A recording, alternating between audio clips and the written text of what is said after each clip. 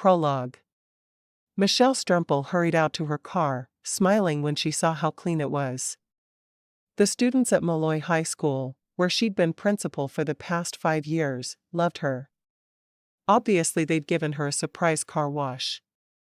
She could still see the soapy water trailing down the parking lot. She had never expected to be the popular principal, but she was. She loved her students almost as much as they loved her. It was her rare night off from going to the sports activities of her students, and she was thankful for that. For evenings per week, she went to some activity. She thanked God the district had decided Wednesday nights should be free for religious activities. It gave her a much-needed respite from ball games in the middle of the week.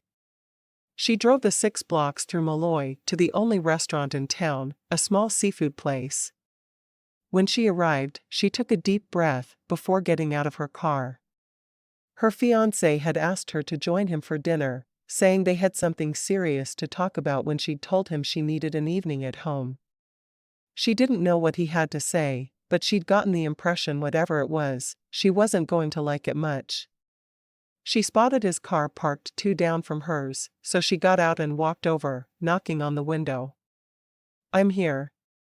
She was too tired to even smile. Wednesday nights were for catching up on sleep. She preferred to see Bob only on the weekends. He took too much energy. Bob looked at his watch. "You're 15 minutes late." She sighed. "I know. One of my students was having some trouble, so I waited with him until his mother arrived." The boy in question had been beaten during a visit to his father and hadn't wanted to be alone. She couldn't tell Bob that, though. Not only because of confidentiality, but also because Bob hated when she talked about work with him. "Lachele, you can't let those children run your entire life." Lachele shrugged. "I don't. I do care, though, and I was there for him." Bob got out of his car without another word. "Let's eat then, shall we?" He seemed oddly formal, but Lachele tried not to be too worried about it. They were due to be married in mid-May, so they'd have the whole summer to get used to married life before she had to go back to her breakneck pace at work. Once they were seated, Lachele pushed the menu away. She knew what she wanted. She'd eaten at this restaurant more times than she could count. A former student came to the table in a server's uniform. "Miss Strempel. It's good to see you." Lachele smiled. The high school was small enough that she knew the names of every student who had graduated since she'd taken over as principal. "Brandy, how are you doing? How's the baby?" Brandy had been pregnant when she'd graduated, and she'd fully expected to be kicked out of school when she started showing, but that was one of the first things Lachele had changed. She didn't think that girls should be kicked out of school for being pregnant if their equally responsible boyfriends weren't. How was that fair? "Oh, she's great. Thanks for asking. She's walking now. Do you believe?" Lachele smiled. "I'm always amazed to hear that children are getting older." "Why, it seems to me you're still a freshman with braces on your teeth." Brandy had always been a pretty little thing, and Lachele had been sad when the girl had to turn down the scholarship she'd been offered. Brandy laughed. "I'm all grown up now, Miss Strempel. I'm married with a baby." "Oh, I know. That doesn't mean I have to like it. What do you want to drink? Sweet tea?" Brandy asked, looking at Lachele. She'd been in often enough that all the servers there knew her drink of choice. Lachele nodded. "That sounds wonderful. And you, Mr. Cooper?" Brandy's voice was a great deal more formal when she spoke to Bob. Lachele and Bob had been engaged for 3 years, so all her students were familiar with him. For a while, he'd even attended all of the games with her after school, but that had quickly fallen by the wayside. He'd claimed he had more important things to do than sit and cheer for a second-rate high school team. "I'll have tea as well." Bob set his menu down. "Sweet or unsweet?" "Sweet." "Are you ready to order as well?" Brandy asked. Bob nodded. I'm ready if you are. At Michelle's nod, he continued. I'll have the fried catfish. I want ranch on the salad and a baked potato loaded. When Brandy looked at her, Michelle gave her order. I want the grilled shrimp with grilled vegetables and no dressing on the salad. She had to make sure she fit into the wedding dress that was already hanging in her closet. After Brandy walked away, Michelle gave her attention to Bob. So what did you want to talk to me about? You're not adding more people to the guest list again, are you? They'd been fighting over the guest list for months, and she was tired of trying to get every little detail just right. It was only 2 months until the wedding, but she was ready for it all to be over. He unwrapped his silverware before placing the cloth napkin on his lap, his movements deliberate. Bob came from one of the wealthiest families in Baton Rouge, and sometimes he made her a bit crazy with how careful he always was about appearances. No, it's not the guest list. Michelle frowned when he wouldn't meet her eyes. What is it then? He sighed. There's no easy way to say this. My mistress is pregnant, and since it's a boy, I'm going to need to marry her and not you. His eyes were direct as he gave her his news, his voice as casual as if he was announcing that he'd just bought a new car. Wait, what? How could he casually say that he was going to be a father as if she'd known for months about his mistress? Angela doesn't seem to be able to remember to take her birth control pills. The woman makes me absolutely crazy with that. She talked to my parents about the baby, and mother says I have to marry her, or I'll be cut off. He rolled his eyes. I'm sorry. His voice was too casual for her to believe his apology. How long have you been seeing Angela? Michelle asked, doing her best to keep her voice down. It wouldn't be good for the principal to have a big argument with her fiancé in the middle of the only restaurant in town. Oh, 5 years? Something like that. He took a sip of the tea Brandy placed in front of him. You didn't think I was going without just because you felt the need to be a virgin when you walked down the aisle, did you? Michelle wanted nothing more than to throw the contents of her tea into his face, but she held on to her temper. I guess that would be too much to ask, wouldn't it? She removed the sparkling diamond ring from her finger and set it on the table, not willing to touch him as she handed it to him. I hope you have a wonderful life with Angela. Life? Oh, I'll only stay married to her long enough to give the boy a name. We'll get married after that. Michelle shook her head. No, we won't. If you can't be faithful while we're engaged, then you'll never be faithful during marriage. I'm afraid this is the end of the road for us, Bob. She thought about storming out of the restaurant right then, but she couldn't. No, she'd let him pay for one last meal, and then she'd go. She waited for the pain of her heart breaking, but truthfully, she didn't care about him enough for that. No, she was done with Bob. Forever. Chapter 1. Michelle sat back in her chair, rubbing her temples. She'd done something even she had never expected. The day after Bob had called off their engagement, she'd called a matchmaker. She had spent a lot of time and money on her wedding, and she was going to have it, gosh darn it. She didn't care what anyone said. Dr. Lachele Simpson, the matchmaker, had made the trip to Tangipahoa Parish to interview her, and had promised she'd call by today. It was already past lunchtime, and even later where Dr. Lachele was in Manhattan. Perhaps she hadn't been able to find anyone for her. Maybe she'd determined that Michelle needed to spend the rest of her life alone. She sighed. She had a honeymoon already planned, and she wanted to go. Of course, a week at Disney all alone wasn't something she wanted. Her students laughed at her for wanting to go to Disney World for her honeymoon, but she really didn't care.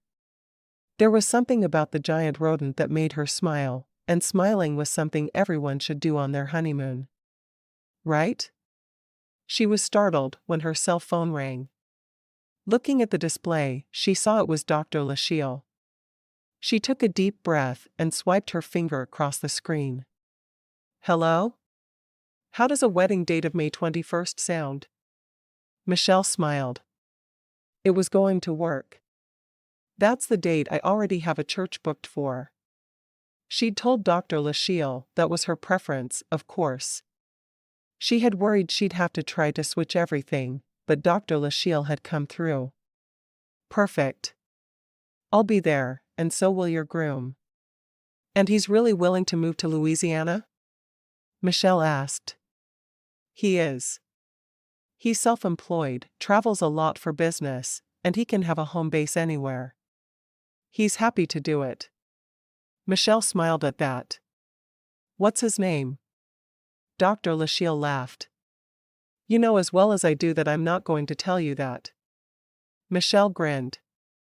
She knew that one of Dr. Lachele's stipulations was that she wouldn't know his name until she met him, at the altar.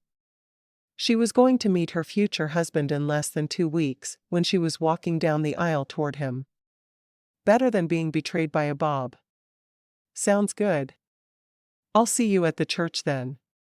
Email me the details, and I'll see you there. I have a honeymoon already planned for the following week. Make sure he doesn't try to book something for us. It's paid for. I'll tell him.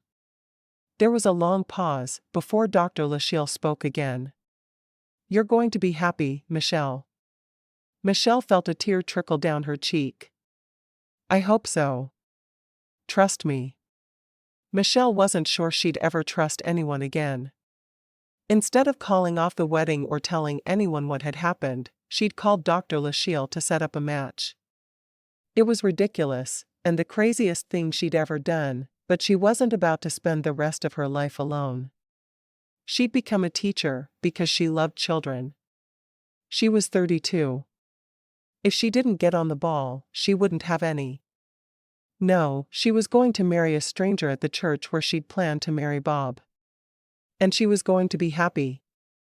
Asterisk. Michelle paced back and forth in the bride's room at the back of the little church where she'd attended services since she was a baby. Her mother sat in a chair, looking at her worriedly. You don't have to do this, Michelle. I don't have to, but I'm going to. But why? Michelle shook her head. She'd explained her reasoning over and over. She and Bob had started dating while he was in law school and she was in grad school. She immediately began teaching after graduation, and he'd started his career. They'd dated for 6 years before he proposed. She'd wasted 9 years on a man who cheated on her. 9 years. She wasn't wasting another minute on a loser. Michelle's sister, Allison, shook her head. I think you should reconsider. No one marries a stranger. It's crazy. As crazy as being in a relationship that lasts almost a decade with a man who is cheating over half that time? Is it the same level of crazy as that was? Allison sighed. You didn't know he was cheating. You know you're marrying a stranger. Michelle shrugged. A stranger who has been matched to me, who an experienced matchmaker says will make me happy. Good enough. There's no reasoning with you. Her mother protested. Nope. I've made my decision, and I'm going to marry him. I don't care what anyone says. The door opened then, and Dr. Lachele slipped into the room. She seemed to assess the scene before her. Michelle, are you ready? Michelle grinned at the woman in front of her. Dr. Lachele's hair was cropped short and dyed a pretty shade of purple. She wore a suit that had the same shades of purple throughout. She even had purple heels on her feet. I am. You look wonderful, Dr. Lachele. The matchmaker cupped her breasts, pulling them up a little higher. The girls do look good in this suit, don't they? At her mother's gasp, Michelle covered her mouth with her hand, hiding her laughter. I doubt they've ever looked better. She looked at her mom. Mama, this is Dr. Lachele. She's the matchmaker I told you about. Dr. Lachele, this is my mother, Margaret Strempel. Dr. Lachele crossed the room with her hand out. It's nice to meet you, Mrs. Strempel. Your daughter has been a joy to work with." When her mother simply stared at the hand in front of her, Michelle's gaze met Allison's, and she could see the amusement in her younger sister's eyes. "Do you have the flowers?" she asked. Allison nodded. "The flowers are ready. Everything's ready. We have 20 minutes before the wedding." Dr. Lachele turned from where her hand was still waiting to be shaken. "Your groom is here, and he's looking mighty fine today. I do love how a man looks in a tuxedo, don't you?" Michelle nodded, not sure what else to say. She had no idea what her future husband would look like.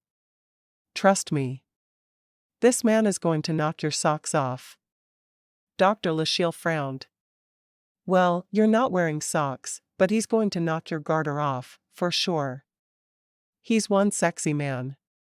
Michelle smiled. If he was sexy, it would certainly make her wedding night easier. She'd thought about asking him to wait, but she'd decided against it.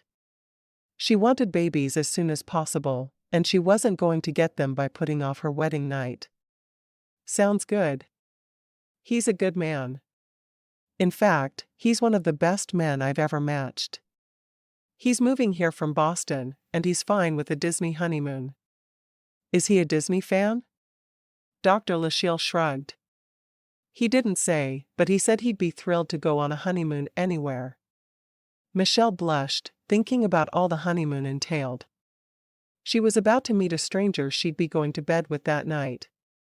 How on earth did you not blush when you thought about that? "I'm excited to meet him." Asterisk. Seth Henderson paced back and forth in the small room he'd been given to wait in until the wedding.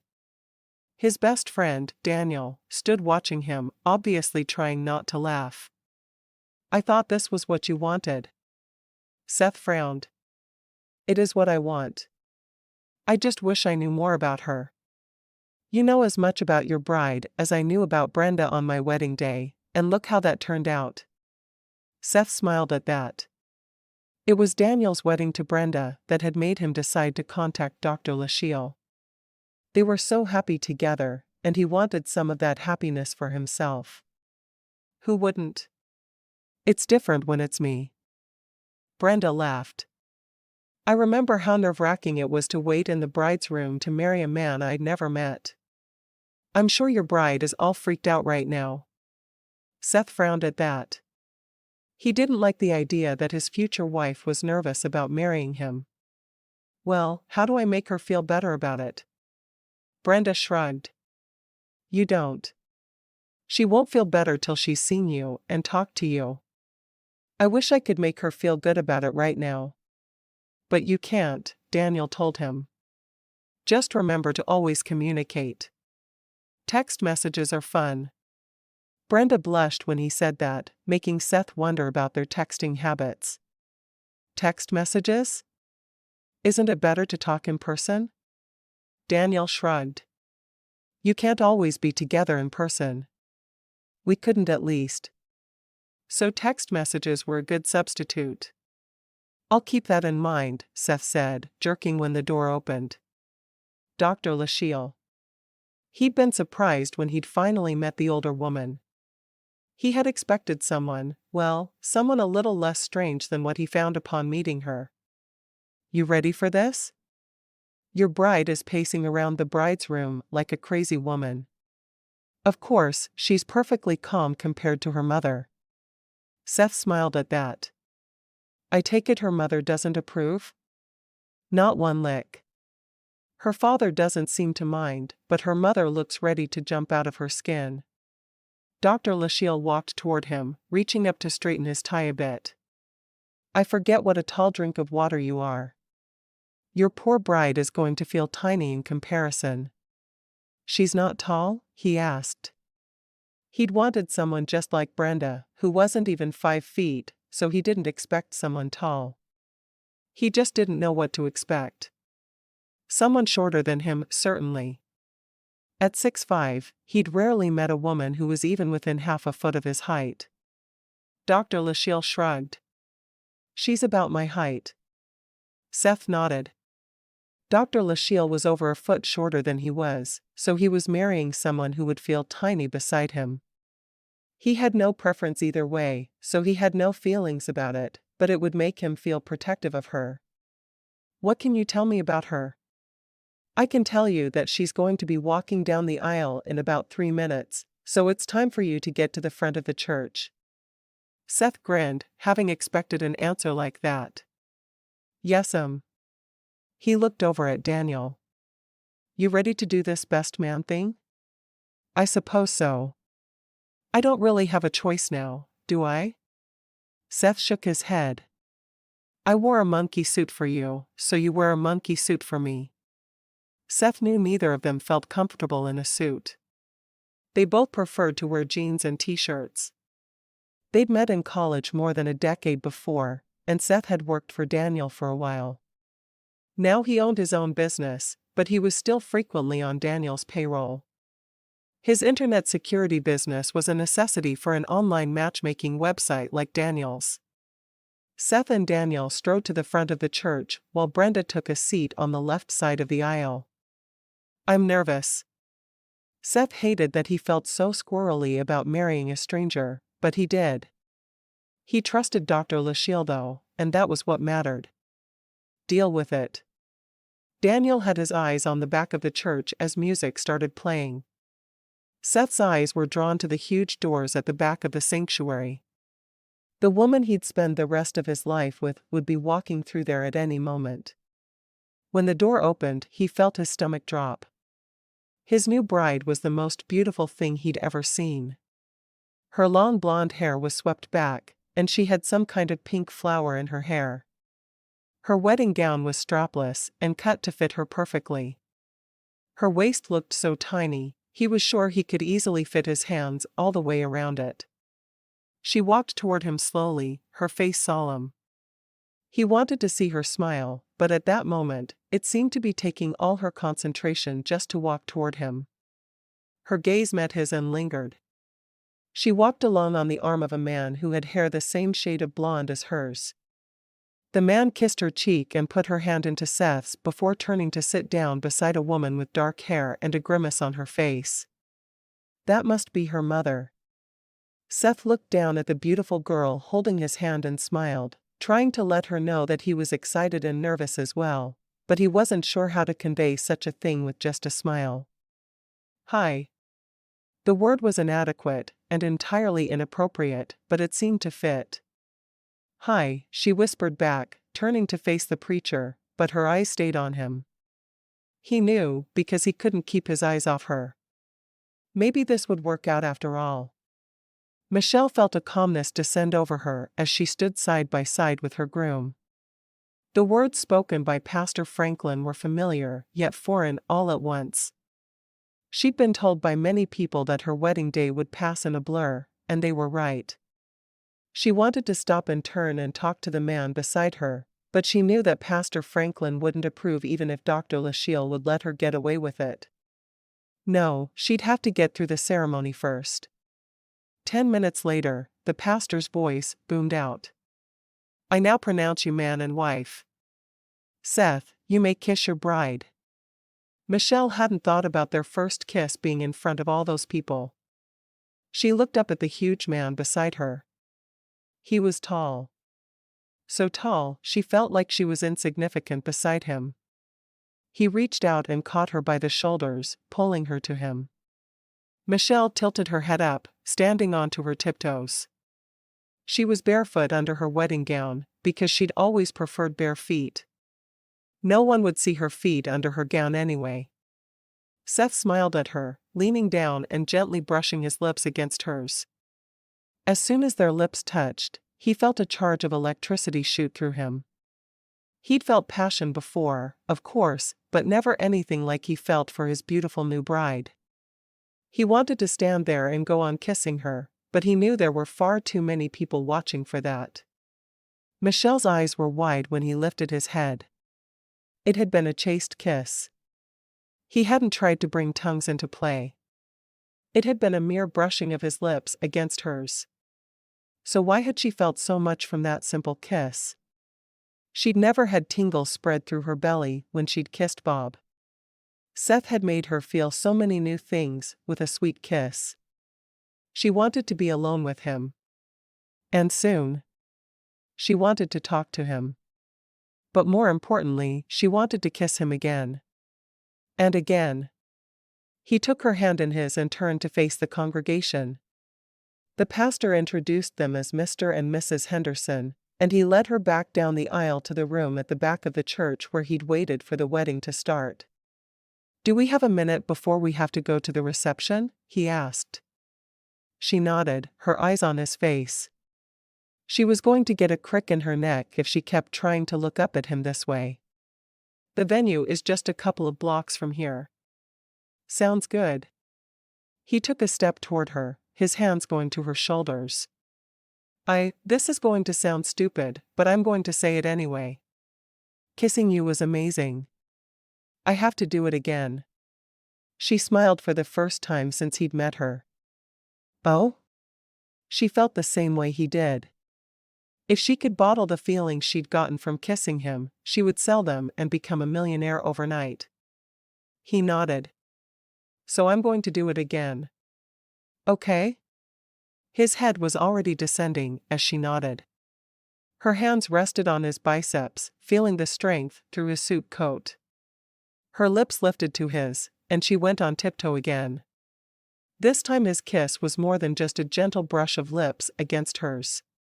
He opened his mouth and slanted it across hers, demanding that she open for him as well. She moved closer to him, pressing her body against his. Her last coherent thought was that she could get drunk on his kisses, but then there were no thoughts at all as she was carried away by the passion of his kiss. When he finally lifted his head, she took a step back, her breathing heavy and her heart beating rapidly in her chest. Wow. It was the only thing she could say. She knew she sounded like a teenager, but all of her schooling went right out of her mind. She was a mass of emotions. He grinned. "I couldn't have said it better myself." He sat down in a chair and pulled her down onto his lap. "I know I need to quit touching you, but I can't. I hope there's going to be dancing at this reception, because I need to have my hands on you." She blushed even as she nodded. "Yes, there will be dancing. We're having chicken catered in, and we'll dance. The local country club is on a small lake, and that's where we'll have it." "So your name is Michelle, right?" He laughed at himself. "I promise, I usually ask a woman's name before I start kissing her and pulling her onto my lap." Michelle frowned. She didn't want to think about him with another woman on his lap. "Yes." "And you're Seth?" He nodded. "Yes." "What do you do, Michelle?" "I'm a high school principal. I started out as an English teacher, but now I'm in charge of the school here in Malloy."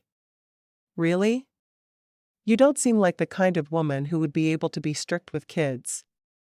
"I rule with an iron rod, encased in velvet." "So you're strong, but soft on the outside?" His fingers traced her cheek as he spoke. He really couldn't seem to stop touching her. She nodded. "I love my job. I love my students. I work 12-hour days during the school year and sometimes longer, because I go to every game the students play in the evenings." He nodded. "I've always worked long hours, so that won't bother me. The only evening I'll be home early will be Wednesdays, and that will be 5 instead of 9. I'll go to the games that I can. I'm in network security, and I travel a lot for work. My home base has always been Boston, so I'll probably have to spend a lot of time in the Northeast until I've built up a clientele here. I'm off school until the first week of August, so I have some time to go with you or whatever." "Dr. Lachele said you didn't mind a Disney World honeymoon?" He shook his head.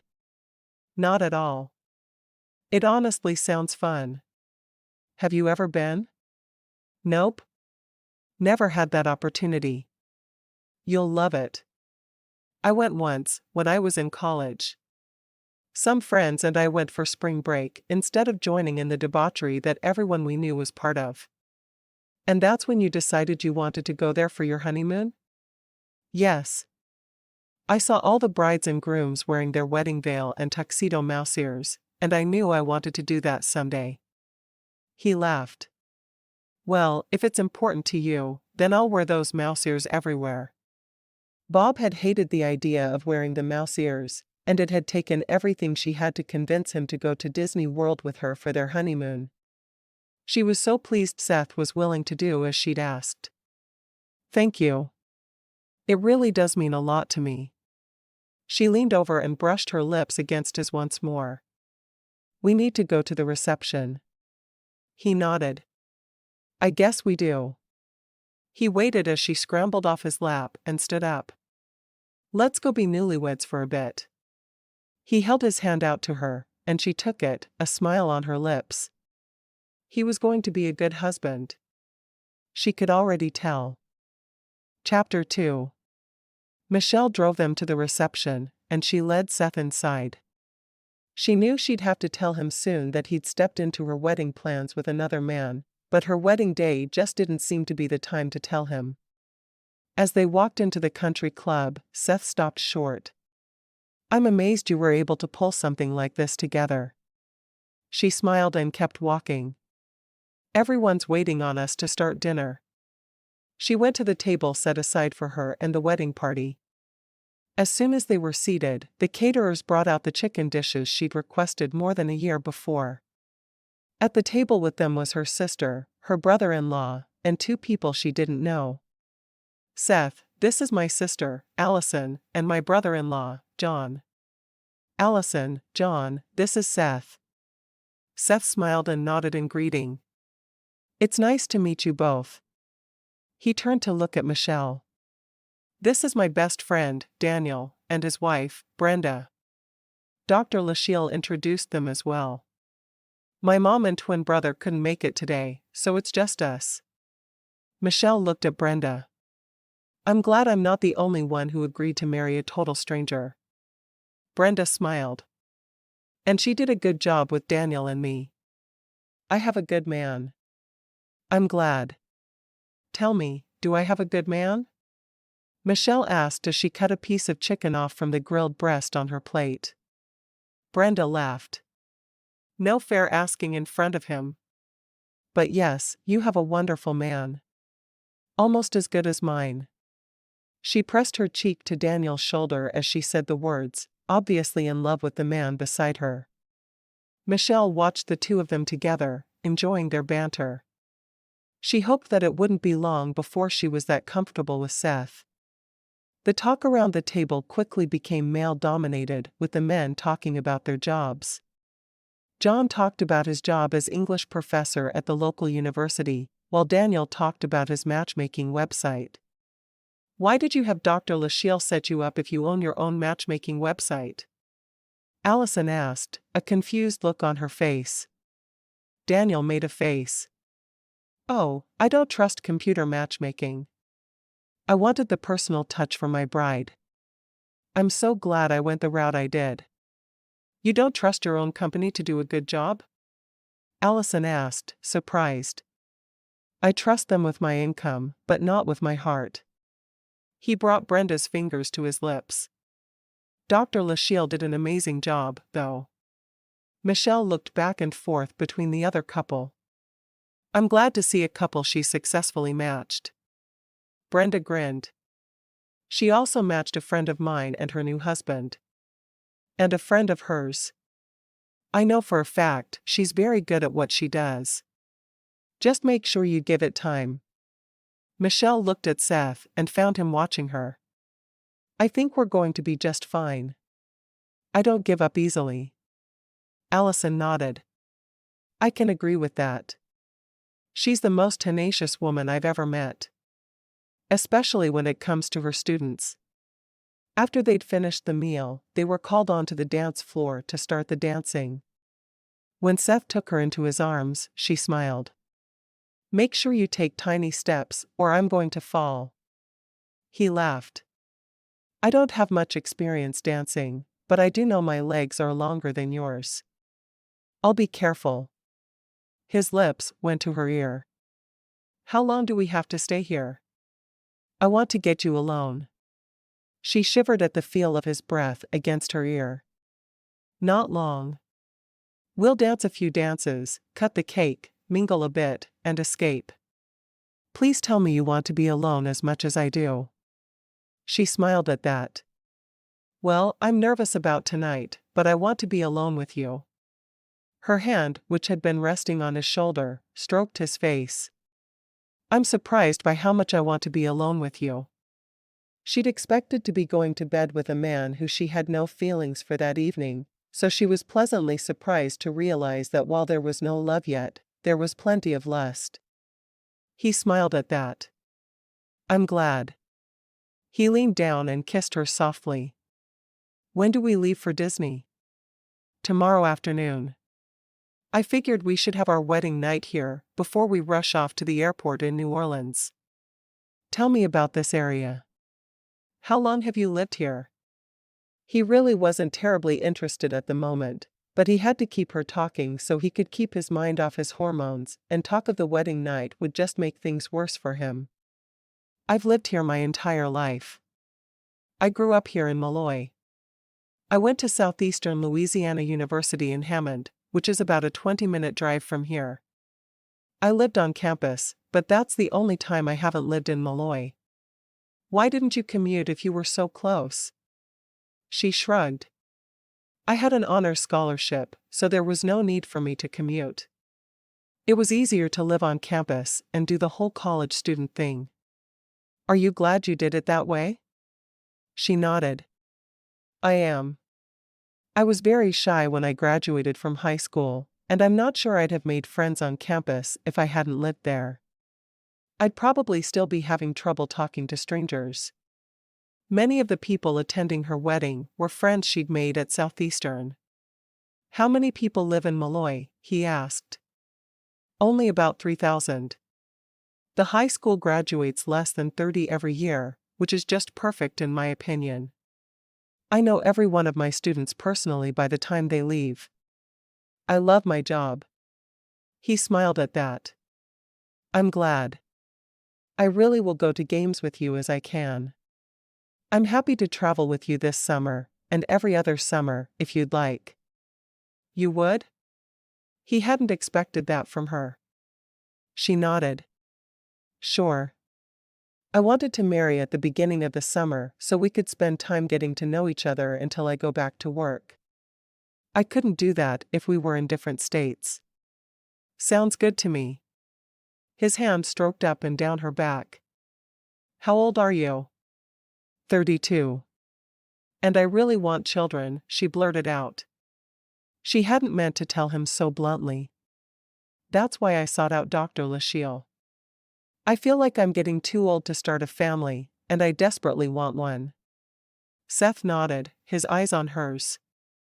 I have no complaints. In fact, I look forward to making babies with you. She blushed. You really shouldn't say things like that in public. What if one of my students heard you? Do you have students here? He asked, surprised at the idea. She nodded. You know the girl who served our dinners? She's going to be a senior next year. She nodded at the boy who sat in the DJ booth. That's Steven. He's going to be a junior. I'll watch my step then. And my tongue. She smiled at that. How about you watch your step, and I'll watch your tongue? He chuckled. Now that's not fair. You can't talk about things like that if I can't. I made sure none of my students were close first. You didn't. The song ended, and she danced with her father, and then her brother-in-law. Seth danced with her mother. You're going to be nice to my daughter, aren't you? You're not going to cheat on her? No, ma'am. I'm not going to cheat on her, and yes, ma'am, I'll be very nice to her. She seems like an amazing woman. She is. She's a good woman. She's a wonderful principal and an obedient daughter. I can see that. Seth felt uncomfortable dancing with her. He knew she must be worried for Michelle, though. I will take good care of her. I hear you're going to go with her to Disney World for your honeymoon. Why anyone would go to Disney World for a honeymoon is beyond me. Because it's what she wants. If it makes her happy, I'm more than willing to do it. I don't want to like you, but you're making it very hard. Seth laughed. I'm glad to hear that, Mrs. Strempel. I want to like you, though. And I very much like your daughter. I hope you still feel that way after a couple of months of marriage. Of course, I will. Seth couldn't imagine anything keeping him from liking the woman he'd married. We'll see. When she said nothing else, Seth shrugged and kept dancing. He didn't know what the woman was thinking, and he wasn't going to question her too much. He didn't want anything to color his opinion of his new wife. After he finished the dance with her mother, Seth and Michelle cut the cake. He carefully fed her the piece and found that he had frosting left on his fingers. She caught his hand and pulled it to her mouth, licking away the frosting that was left. His eyes met hers, and he felt his pants getting tighter. He wanted her in bed. Soon. After they finished the cake, they talked to several of the people there. Michelle wasn't certain how quickly it would be all right to leave, but she was ready. At least she felt like she was ready. Finally, her mother came to her and whispered, "No one can leave until you do." This would be a good time. Michelle turned to Seth. "It's time for us to go," she said quietly. "Oh. I have to toss the bouquet." She quickly tossed the bouquet out to a group of single women before taking his arm. "Mother said the gifts would be delivered to my house while we're out of town." "How long are you planning for this trip?" he asked. "I only have 7 days.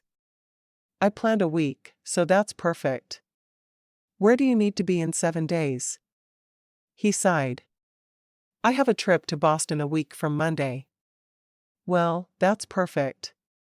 I can go with you, or I can stay here and get all of your stuff put up." He shrugged.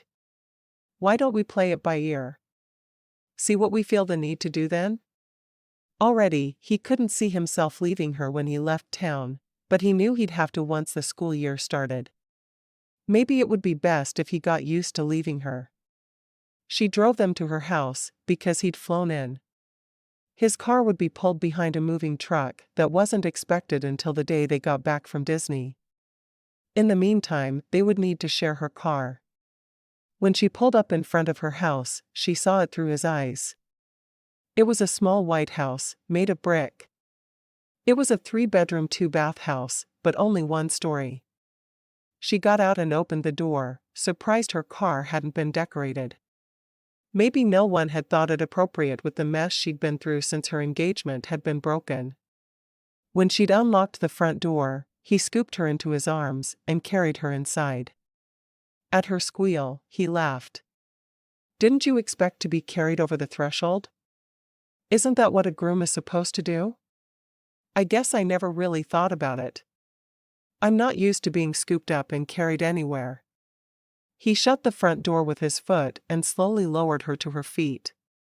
"Well, get used to it, because I kind of want to just stick you in my pocket and take you everywhere with me." She laughed, shaking her head. "You can put that idea right out of your head. I'm used to standing on my own 2 feet, thank you very much." He looked around him, ignoring her, because he didn't plan on obeying her edict. "Nice house." She smiled. "Thank you. I'm happy with it." "Come here." She blushed. "I should probably get ready for bed." "Come here first." She took the 3 steps that separated them, standing in front of him. "Yes?" He pulled her to him, kissing her passionately, his mouth toying with hers. Within a moment, her arms wrapped around his neck, and she clung to him, unsure of whether her legs would support her. When he lifted his head, he had a lusty look in his eyes and was pleased that she didn't seem to be able to stand. "You go get ready for bed now. I'm going to grab my stuff from your car." He went out and got his suitcase, leaving her in the middle of the living room, staring after him. She had a nightgown all picked out for her wedding night, and she knew she wanted to wear it.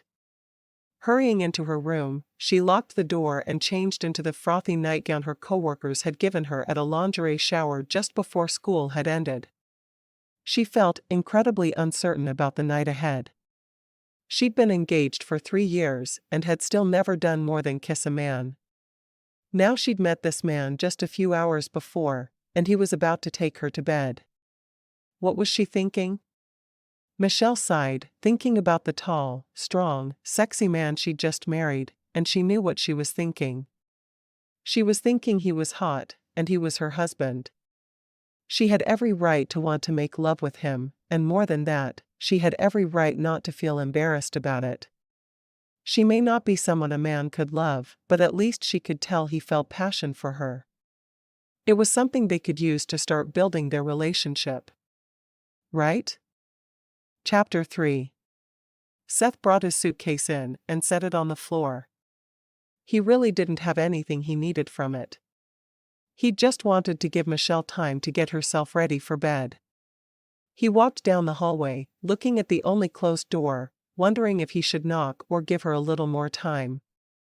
Deciding to err on the side of caution, he went to the kitchen and got himself a glass of water first. He leaned against the counter, sipping it slowly. How long did a man give a woman he had just met a few hours before to get ready for their wedding night? He wanted to laugh, because the whole situation was quite ridiculous, but it wasn't funny to him.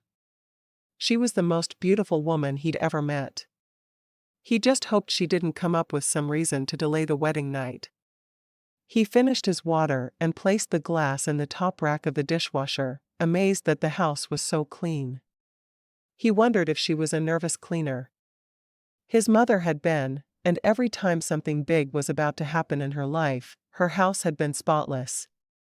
He wandered to the closed door at the end of the hall and knocked, holding his breath as he waited for her to say something. She opened the door to him, wearing a silky white nightgown that ended at mid-thigh. He gulped, his Adam's apple jumping in his throat. "You look incredible," he said, his voice a mere whisper. "I feel silly," she admitted. "Wearing something like this for a man I just met a few hours ago is strange." "So you'd wear it for a man not your husband?" he asked, knowing what she meant, but feeling the need to bait her anyway. "I've never worn anything like this for anyone." "Why not?" "You look beautiful in it." Well, I've never done this before." He blinked a couple of times, finally nodding. "You decided to wait for marriage, I guess?" "Yes." He took a step closer to her, not sure how to respond to the new information. "We're married." She grinned at him, nodding. "Yes, I noticed that." She held up her hand that wore the ring he'd purchased for her. "You put a ring on it." He looked down at her, trailing a hand down her arm. Her head didn't quite reach the top of his shoulder. He was almost afraid he was going to crush her when they made love. "Well, I did like it." "Do you like the ring?" "I do." It was a plain gold band, but it meant something to her. "I thought we'd pick out an engagement ring together." "I didn't know your taste." She nodded, not really worried about engagement rings when she stood there and barely nothing in front of him. "That works." He caught her shoulders in his hands and pulled her closer to him. "If we do too much kissing standing up, I'm going to get a crick in my neck." She giggled. "I always knew I was short, but you make me feel tiny." "How tall are you?" She'd always liked tall men, even though she felt dwarfed by them. Bob had only been about 5.5 feet tall, and he'd had a short man complex. 6'5". Too tall? She shook her head. "I don't think men can be too tall." "But women can? Isn't that reverse sexism?" He stroked her cheek with his thumb, pulling her over to sit beside him on the bed so they'd be closer to the same level. She shrugged. "I'm not super worried about being politically correct. This is a small southern town, Seth. Things aren't quite like they are in Boston. I've kind of noticed that." Seth put his hand on the back of her neck and pulled her close to him. He still had to tilt his head to kiss her, even sitting, but it was better than standing. I think I'm always going to kiss you sitting. Or better yet, lying down. Michelle blushed. I guess that makes sense. His lips covered hers, and his hands went to her back, molding her body to his. He wanted to pull her onto his lap, facing him, so they'd be at a better angle for kissing, but he wasn't sure how she'd handle that. After a moment, he decided to give it a try and pulled her astride him, never removing his lips from hers. She pressed herself closer to him, loving the feel of his lips on hers. The man could kiss like nobody's business. She wanted to ask him how he got to be such a good kisser, but she really didn't want to know about past relationships, so she didn't. She wrapped her arms around him, stroking him through the crisp white shirt he wore. He'd removed his suit jacket and left it somewhere, presumably in the living room. Where didn't matter a whole lot, though. She was just happy she had access to his body. Most tall men she'd known were very lanky, with few muscles, but Seth must work out somehow. She could feel his bunched-up muscles under his shirt. She pulled away from the kiss, her hands tackling the knot of his tie. Do you work out? He nodded. I run and I row. I like the effect it has on you. She winked at him, surprised she could tease that way. Seth laughed. Oh, really? Oh, yeah. How about you? Do you work out? She shrugged. I sometimes run with my girls' track team. You do? She nodded. It's a small school, with not enough coaches to go around. When the girls asked for a track team, I decided to coach it myself. He shook his head. I have a feeling you overextend yourself as much as I do. Probably, but I love my job and my students. I can understand that very well. She threw his tie to the side and went to work on the buttons of his shirt. It seems unfair that I'm practically naked, and you're still fully clothed, she said with a pout. He laughed. Is that what you're doing then? Making us more equal? She nodded, blushing again. Of course it is. What else would I be doing? I'm sure I wouldn't know. He loved watching her, thrilled again that she was the girl chosen for him. He needed to send Dr. Lachele a huge bouquet of flowers to thank her. She pushed his shirt off his shoulders and pushed it to the floor. There. That's better. Her hands moved to knead the bare muscles of his shoulders. I definitely like. He grinned. I'm not sure you're supposed to tell me that. Well, I don't know any of the rules for this. I guess you'll have to teach me what I need to know. I like that idea. He pulled her toward him, kissing her again, his mouth more ravenous on hers than it had been. His hand stroked down the front of her, cupping her breasts in his hands. His thumbs finding her nipples through the silky fabric. She gasped, pulling her mouth from his. Why does that feel so deliciously naughty? Deliciously naughty? I'll take that as a compliment. He kissed a path down her neck and across her shoulder. She tilted her head to one side, giving him better access. That feels so good.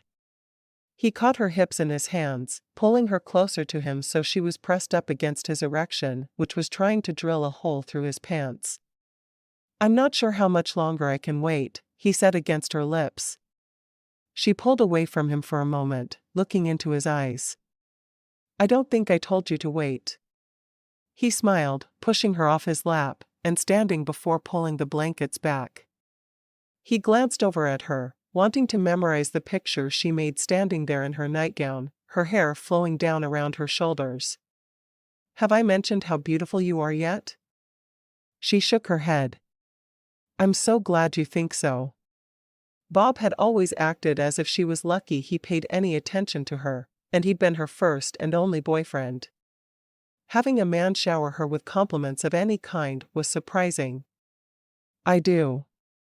He closed the curtain behind the bed, hating the thought of anyone looking in. That just looks out to the swamp behind my house. No one can see in, she told him. He shrugged.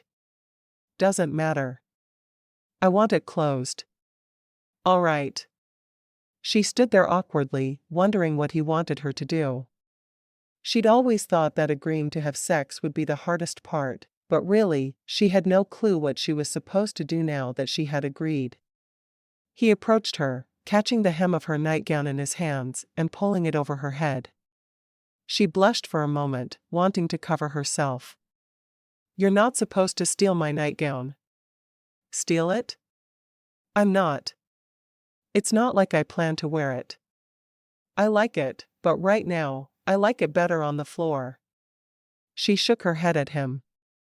I had no idea you could act so unruly. He laughed at that. Unruly? Maybe I'll get sent to the principal's office, and you'll have to punish me. She shook her head. Behave. He pushed her onto the bed, following her down. His lips covered hers before she could tell him to do anything else.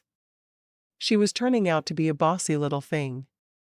When he touched her this time, it wasn't to explore, but instead he worked at bringing her to the same fever pitch he'd already attained. He wanted her to be just as ready for him as was possible. He moved one hand down to stroke up the inside of her thigh, his fingers going to her core. Michelle gasped as his hand touched her where no man had ever touched her before. She arched into his hand, her arms going around him and kissing him back passionately. It wasn't long before he stood to remove his pants and covered her body with his.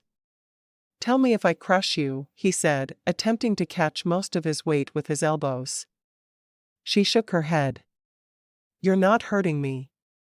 He leaned down to press his lips to hers, his hands stroking her body. Are you ready for me? He asked softly, even as he moved between her spread thighs. I think so. She wanted him, but she was nervous at the same time. He reached a hand down to guide himself to her core, pressing inside. He pressed until he felt her barrier, and then, pressing his lips to hers to stifle her gasp of pain, he pressed hard, seating himself completely. For a moment he lay still atop her, and then he slowly began moving. His hands never stopped stroking her, and his lips stayed pressed to hers. He didn't want to hurt her, but he'd come too far to stop. The best he could do was make sure she finished before him. When she arched beneath him, letting him know she'd reached fulfillment, he let himself go, finishing quickly. He rolled to her side and drew her close beside him, pillowing her head on his shoulder, his heart still pounding. Michelle pressed a kiss to his shoulder, her eyes already drooping. It had been a long, exhausting day. Surely getting married did that to every bride. She was asleep within moments, leaving Seth awake to watch her sleep. Asterisk. Michelle woke early the following morning, as was her habit. She'd always been one to get up before the sun was up, simply because that's when her body woke her. She'd envied her roommates in college who could sleep until the alarm woke them. She always woke up suddenly with full knowledge of everything around her, remembering what had happened vividly the night before. She slipped out of bed, looking back down at Seth for a moment before wandering into the bathroom to shower quickly. Their flight was at noon, so they didn't need to leave for the airport until 9 or so. She hurried into the kitchen to fix a quick breakfast, which she wanted to serve Seth in bed, hoping to brighten his first full day of marriage a bit. She couldn't believe the effect he had on her, and couldn't seem to stop smiling and blushing. It was just after 7 when she crept into her bedroom with a tray laden with breakfast for Seth. She sat on the edge of the bed and reached out to wake him. When his eyes opened and met hers, she smiled. I made you breakfast. She set the tray over his lap once he'd sat up, and went back to the kitchen for her own. Seth looked at the feast in front of him.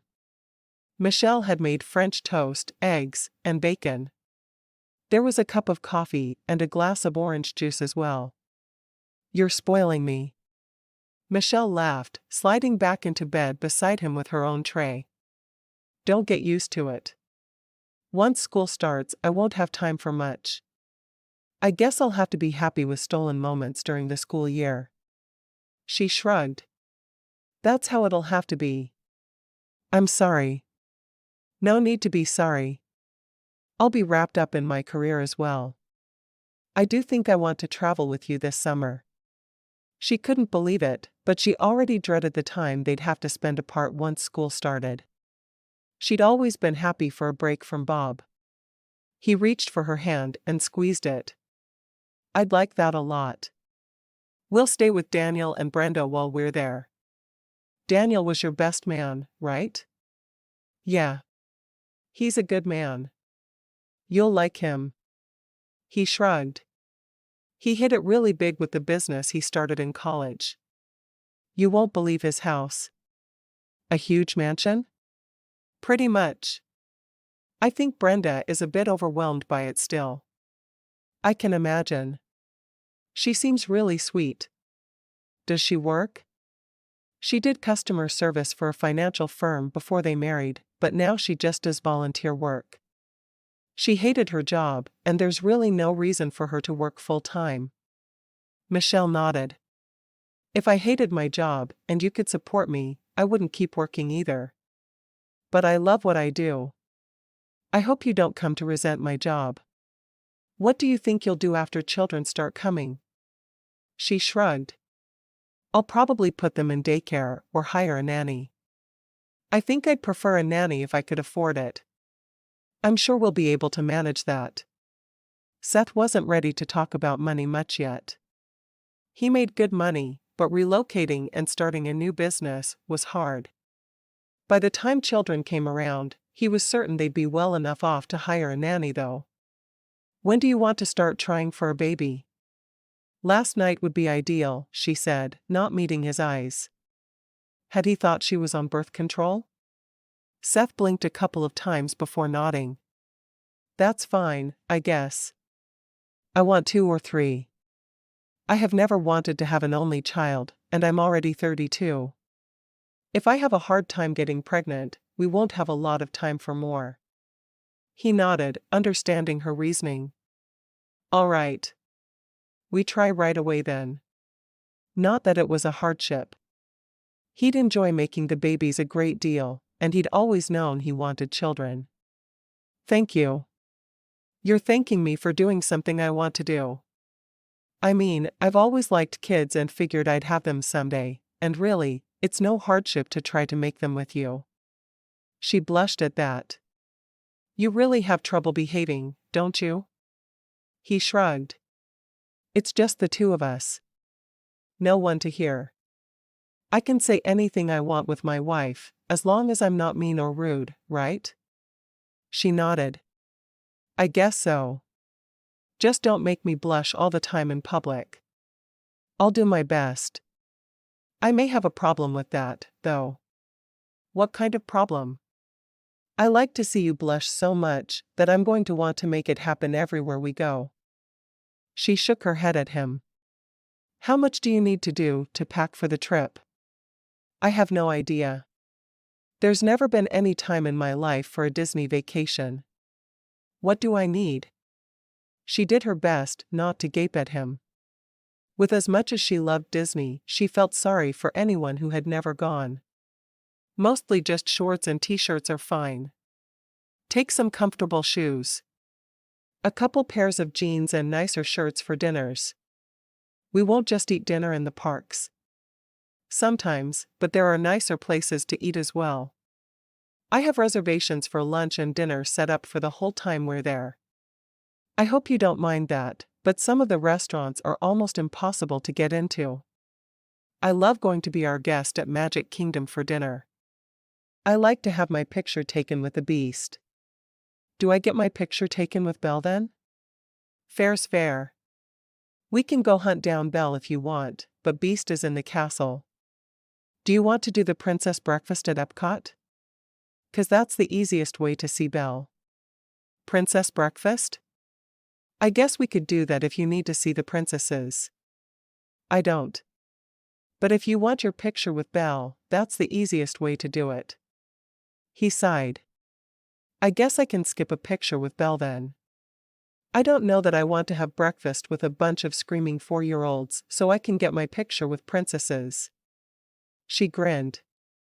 I promise we won't be the only couple our age there without kids. You're going to love it. Where are we staying? I made reservations at the Wilderness Lodge on Disney property. It's a rustic place, and the restaurant there is really fun. I hear you need to ask for ketchup. Ketchup? What was she getting him into? Yup. We're having dinner there tonight. You'll see. He shook his head. At least she knew what Disney would be like, because he really had no clue at all. Chapter 4.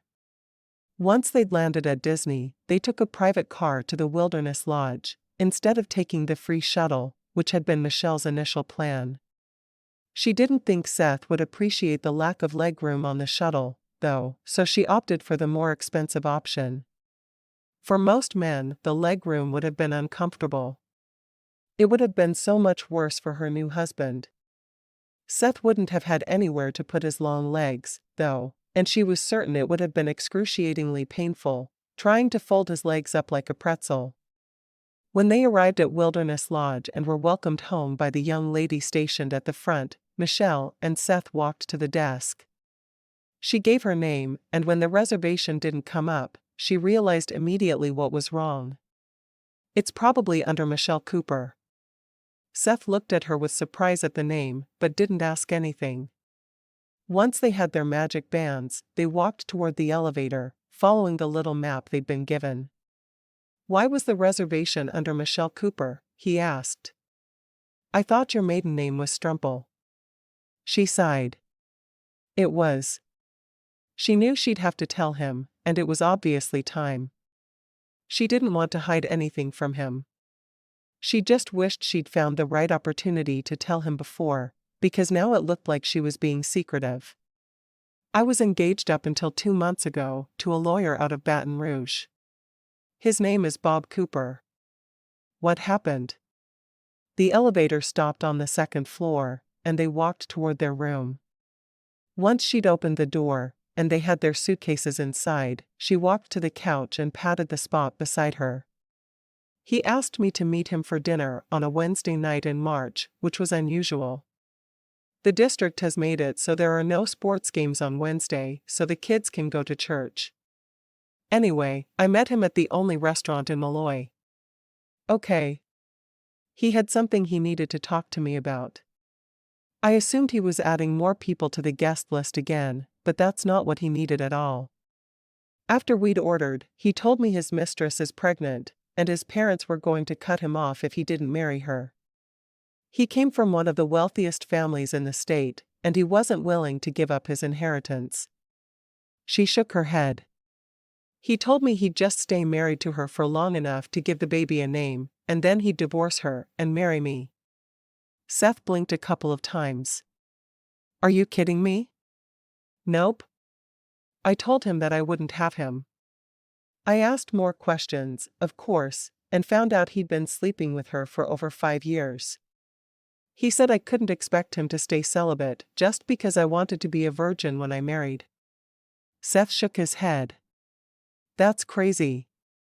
What's crazy is I was in my town, in a restaurant where some of my former students work, and I couldn't throw my tea in his face and scream at him. I had to stay calm. I gave him his ring back, and I haven't seen him since. I called Dr. Lachele the next day. He frowned. So that's why you wanted to be married on that specific day? You already had the wedding planned? She nodded. Yeah. I didn't see the need to lose all that money and all the time that had gone into wedding planning just because he was an idiot. So I married you on the day I was supposed to marry him. I know it probably wasn't the best way to handle things, but I couldn't see spending all that time all over again. I've been planning this wedding for 3 years. I wish you'd told me.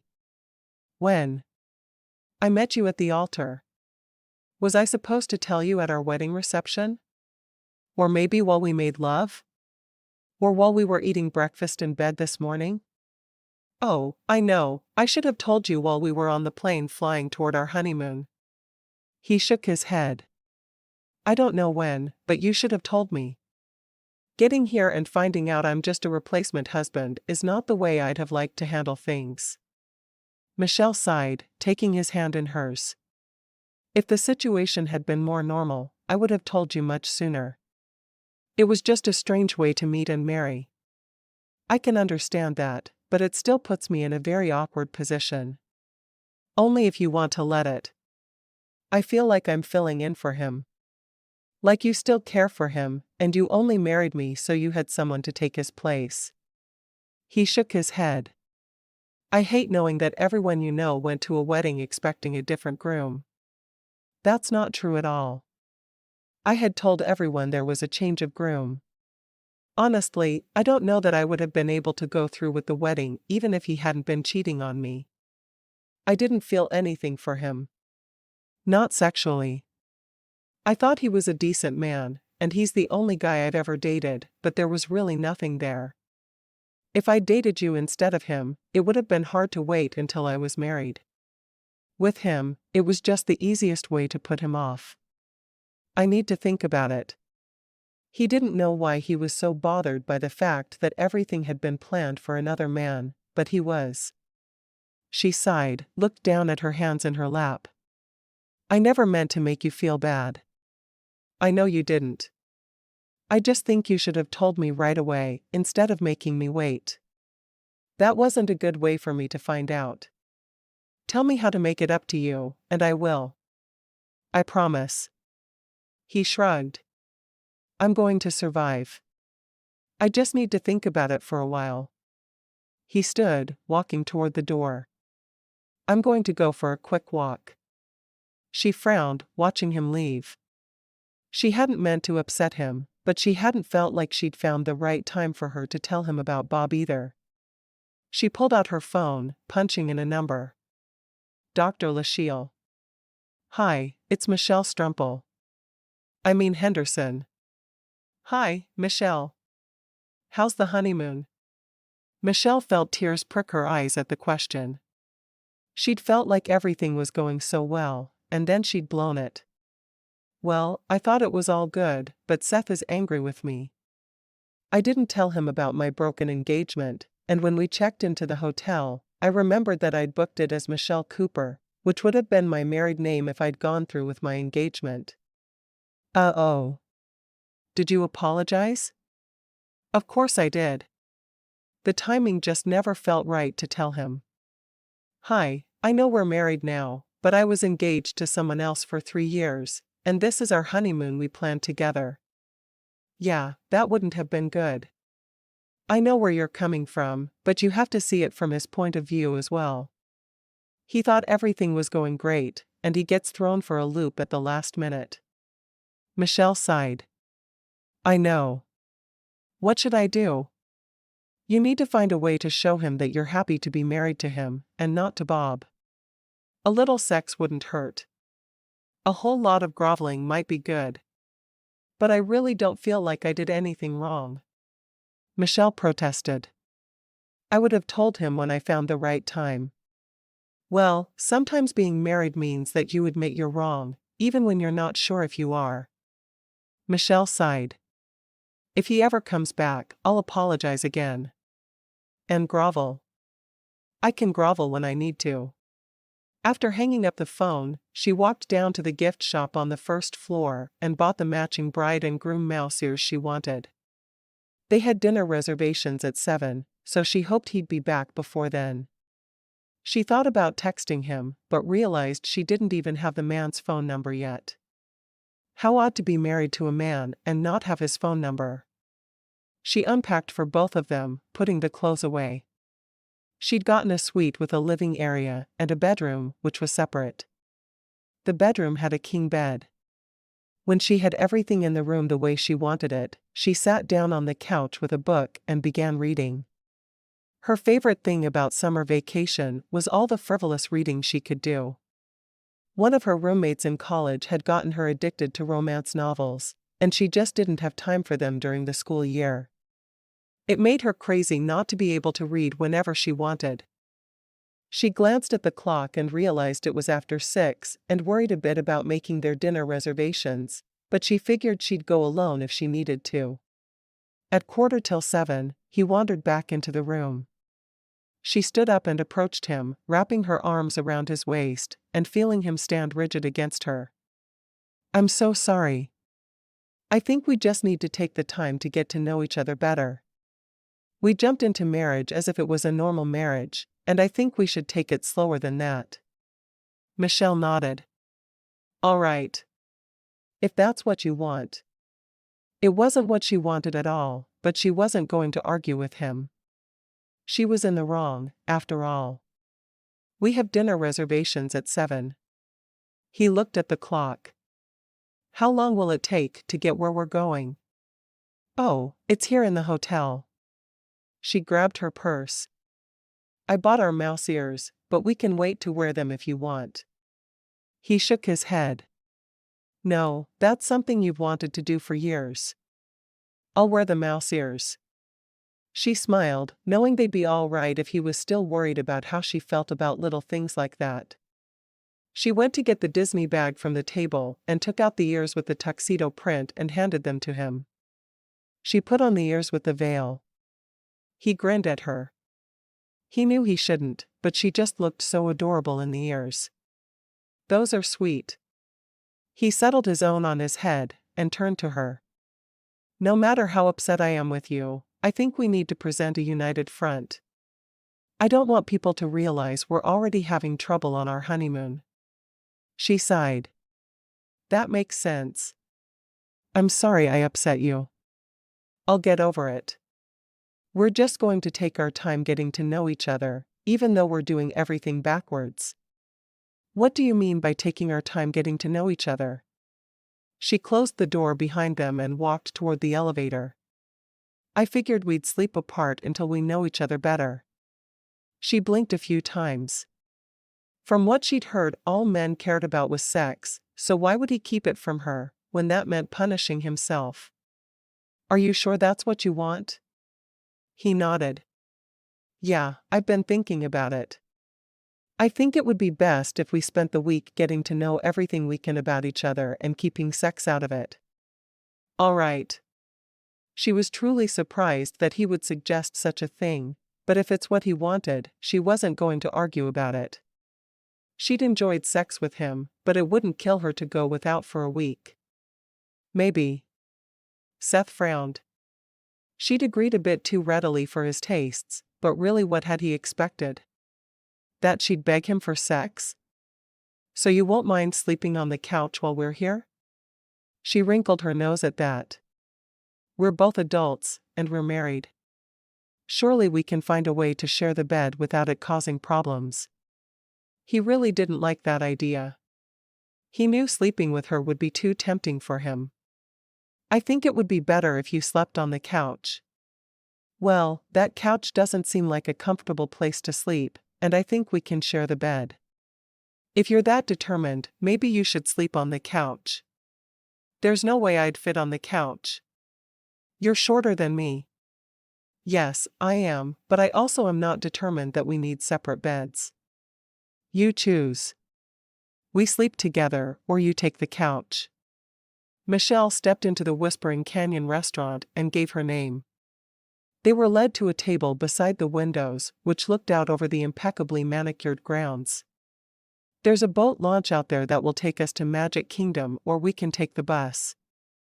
"Taking a boat sounds nice." "What parks are you wanting to hit this week?" he asked, taking the change of subject in stride. They'd fight it out later if they needed to. "I want to do Epcot, Magic Kingdom, and Animal Kingdom for sure.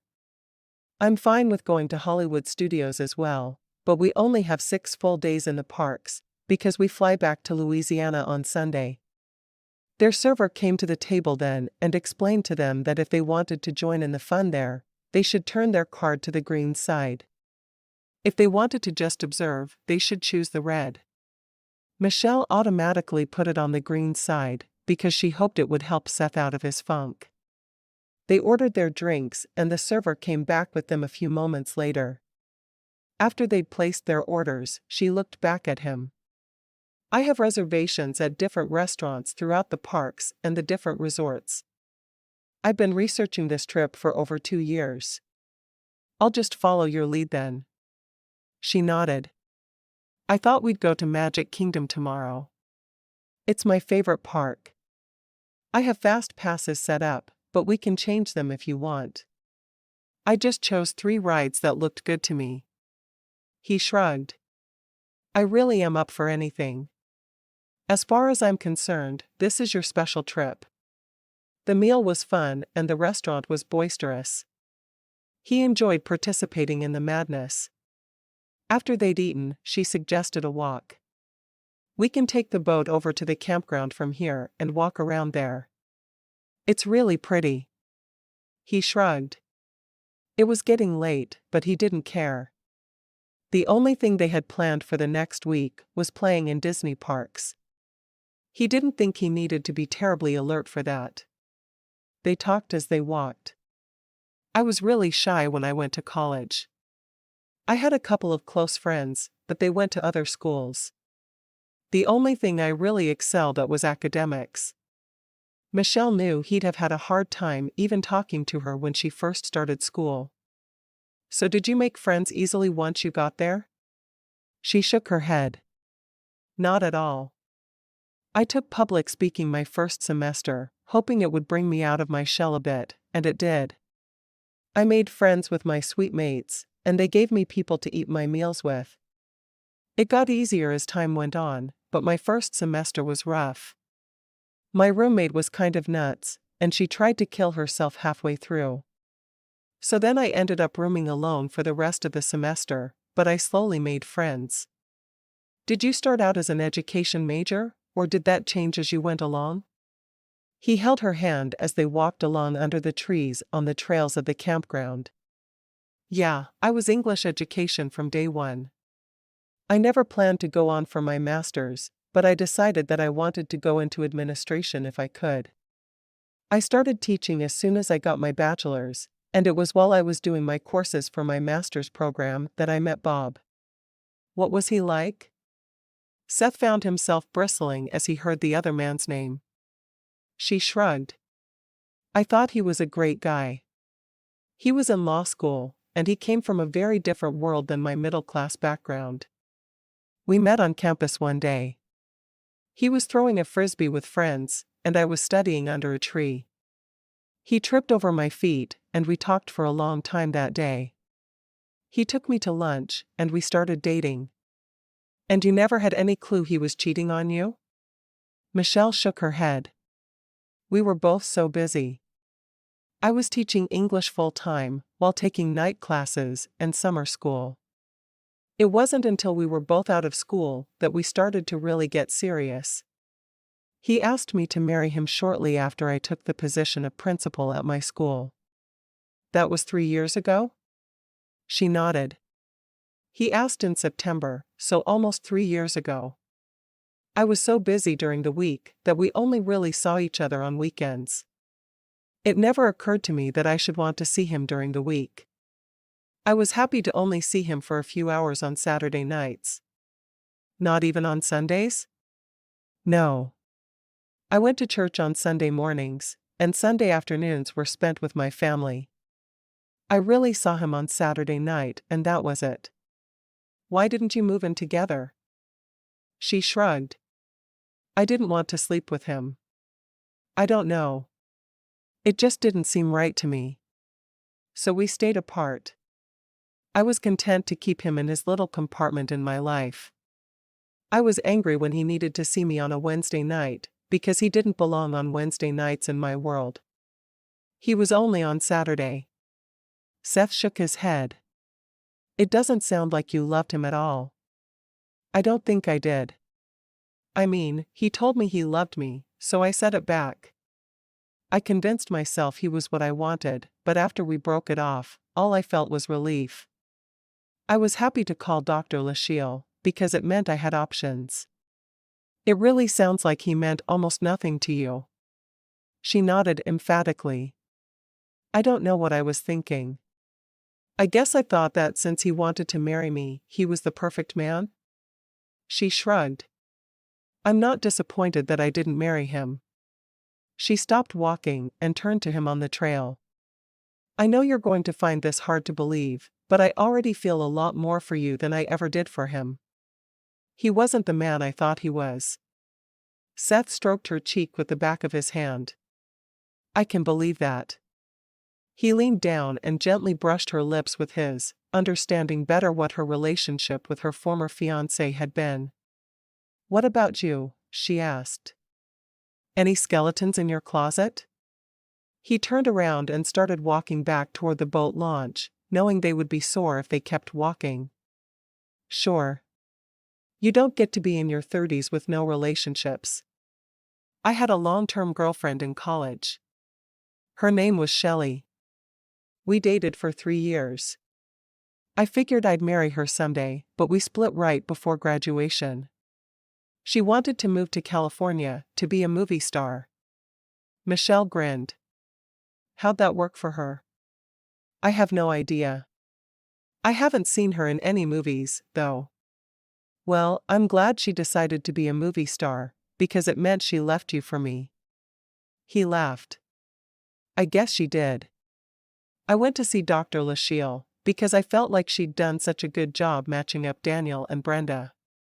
I wanted a girl just like Brenda, but I think you're a whole lot more independent than Brenda could ever be. Probably. It's hard not to learn to be independent when you're running a school. Tell me about your school.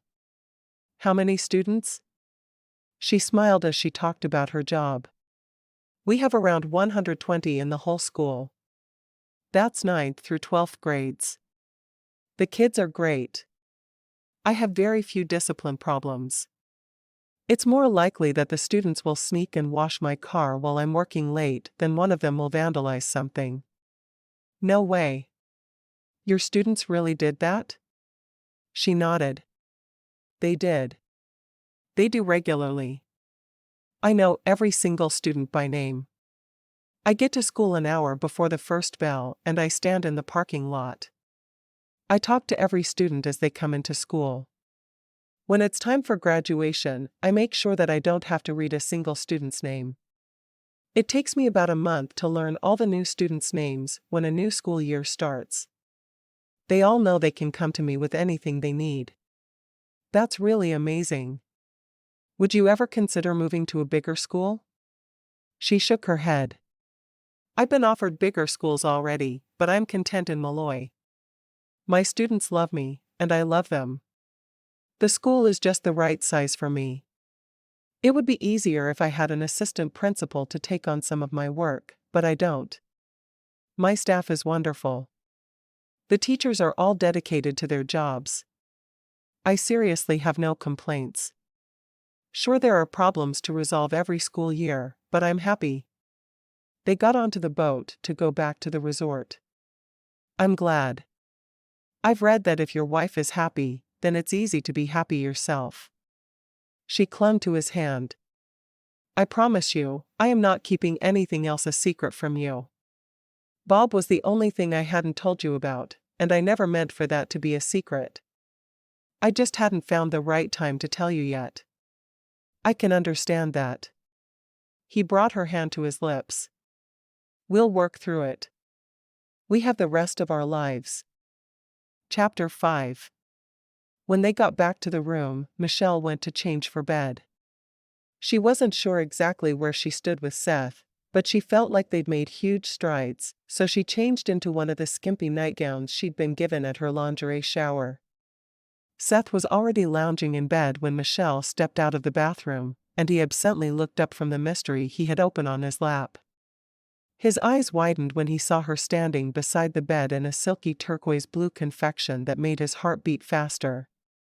I thought we were going to wait for a while, before we explored that part of our relationship again. And before I explored your body more. Definitely before that. Michelle tried to keep her face passive, feeling rejected. This type of thing is all I brought to sleep in. It's my honeymoon after all. It's this or nothing. She shrugged. He closed his eyes as she climbed into bed beside him. I'm honestly not sure which is worse. Wow, Seth.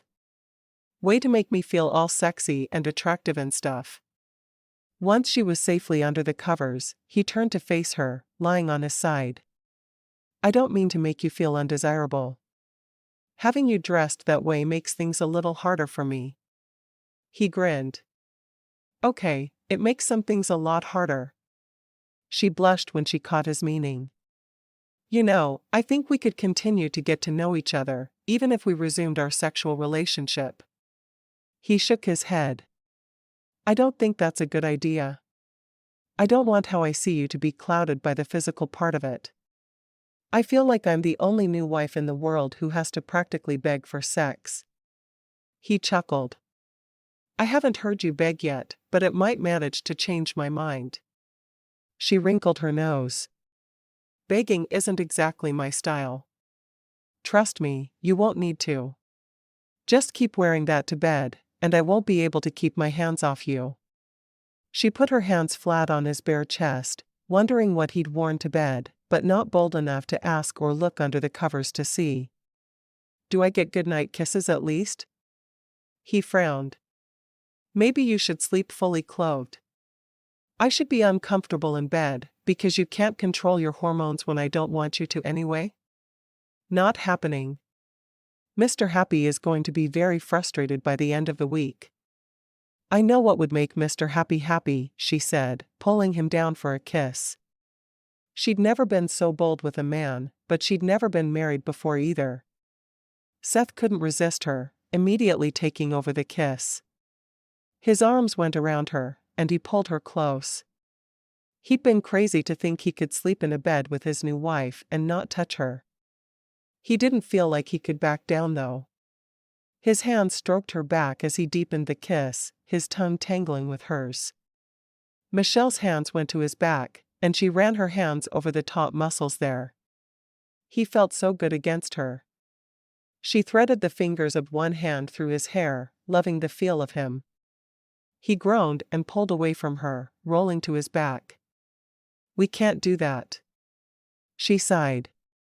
I like kissing you. Is that so wrong? It's not wrong at all. I know it seems stupid, but I really do want to wait a little bit. Please help me. Of course. She taught abstinence at school. She had to follow her own teachings. Walk the talk, as it were. Of course, she didn't tell her students not to have sex after they married. He caught her hand and brought it to his lips. What time do we need to be at Magic Kingdom tomorrow? I made lunch reservations for noon, and then we have 3 fast passes. We have dinner reservations at 6 in the park. I thought we could see what we wanted to ride between the fast passes. They won't keep us busy the whole time. What's your favorite ride at Magic Kingdom? He carefully kept his eyes on the ceiling. Splashwater Falls, but I've heard amazing things about the new Seven Dwarfs Mine Train. I can't wait to try it. Do we have fast passes for both? Yeah. Splashwater Falls is right after lunch, because it's going to be hot, and I want to be wet when I walk around. Just don't wear a white t-shirt, or you just might kill me. She giggled. I could always go wet my nightgown. He turned to her with his eyes wide. Are you trying to make me cry? Really? That's not very nice of you. She pressed her cheek against his shoulder. Do I get to sleep in your arms? Or do I have to pretend there's a mini version of the Berlin Wall between us? He sighed. I think for tonight, we need to recreate the Berlin Wall with pillows. Lots and lots of pillows. You know, I thought our honeymoon was going to be a lot of fun. You sure are a party pooper. She moved to her own side of the bed and reached for some of the decorative pillows from the floor, arranging a wall between them. There. Are you happy now? Not particularly. He reached out and turned the knob on the lamp beside him and plunged the room into darkness. And Mr. Happy is downright grumpy. Poor Mr. Happy. Go to sleep, Michelle. Good night, Seth. She reached out a hand and held his over the wall. Good night. Asterisk. When Seth woke in the morning, Michelle was lying in bed on her stomach, reading a book. He watched her for a moment over the Berlin Wall. "What are you reading?" "How to Make a Man Want You in 6 Easy Steps." She continued staring at her book. Seth closed his eyes. "You don't need any help on that front." "What are you really reading?" "Oh, a silly romance. I never have time to read them during the school year, so I binge read them all summer long. Keeps me going." "Is that one of those romances that has sexy parts?" She grinned. "There are a few sexy spots." "Why? Wanna read me one?" She looked at him, lifting an eyebrow. "I'm not sure you really want me to do that." He sighed. "Probably not. Don't you feel like we know a lot more about each other after spending 36 hours with no sex?" She shrugged. "I know how stubborn you are now, so sure." "Stubborn, huh?" She nodded. Only a stubborn man would insist on the Berlin Wall in the middle of the bed on his honeymoon. Or one determined to get to know his bride better. Uh-huh. She didn't take her eyes from the book. "Are you angry with me?" he asked. She shook her head. "Nope. Just reading my book. I want to see if they end up together at the end." "Don't couples always end up together at the end of romance novels?" She shrugged. "That's what I hear. I haven't read them all yet, though, so I have to find out for myself." "So are you planning on reading them all this week?" he asked. She shook her head. "Oh, no. There are more published in a day than I could read all summer. I'll read a few this week, though. I had time scheduled in for sex, so if I'm not getting that, I might as well get my romance from somewhere." Seth sighed and rolled out of bed, walking toward the bathroom in just his shorts he'd slept in. He felt her eyes on him as he left the room, and turned before closing the door. "Are you always going to watch me when I walk around mostly naked?" She nodded. "It's my job as your wife to make you feel desirable." "I see." He closed the door then, leaning back against it. Yesterday, his plan had seemed so simple. Waiting to have sex again until after they knew one another better. She was making it very hard. In more ways than one. Asterisk. After a quick breakfast, Seth and Michelle took the boat over to the Magic Kingdom. "We can always take the bus as well, but I don't like the buses as much as the boats. It's also fun to take the monorail.